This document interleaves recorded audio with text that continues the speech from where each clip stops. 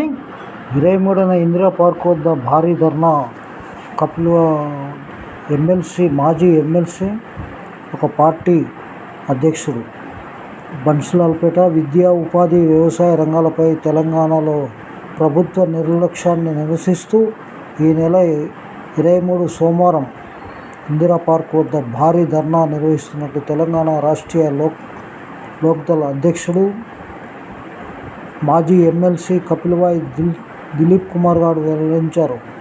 కవడిగూడ ప్రధాన రహదారి బన్సీలాల్పేటలో డివిజన్లో రాష్ట్ర పార్టీ కార్యాలయంలో శుక్రవారం ఏర్పాటు చేసిన విలేకరుల సమావేశంలో ఆయన మాట్లాడారు. ఉచిత నిర్బంధ హక్కు చట్టం, అదేవిధంగా రాజీవ్ యువ వికాసం, వ్యవసాయ రంగాలలో నకిలీ విత్తనాల అరికట్టడంలోనూ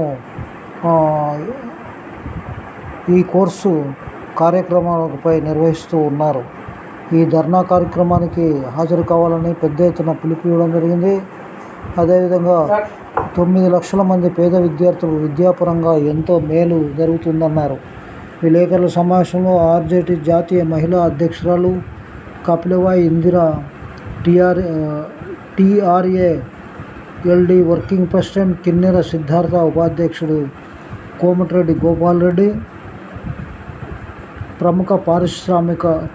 ప్రముఖ పర్యావరణవేత్త రంగయ్య తదితరులు పాల్గొన్నారు. ఇది నమస్తే, థ్యాంక్ యూ.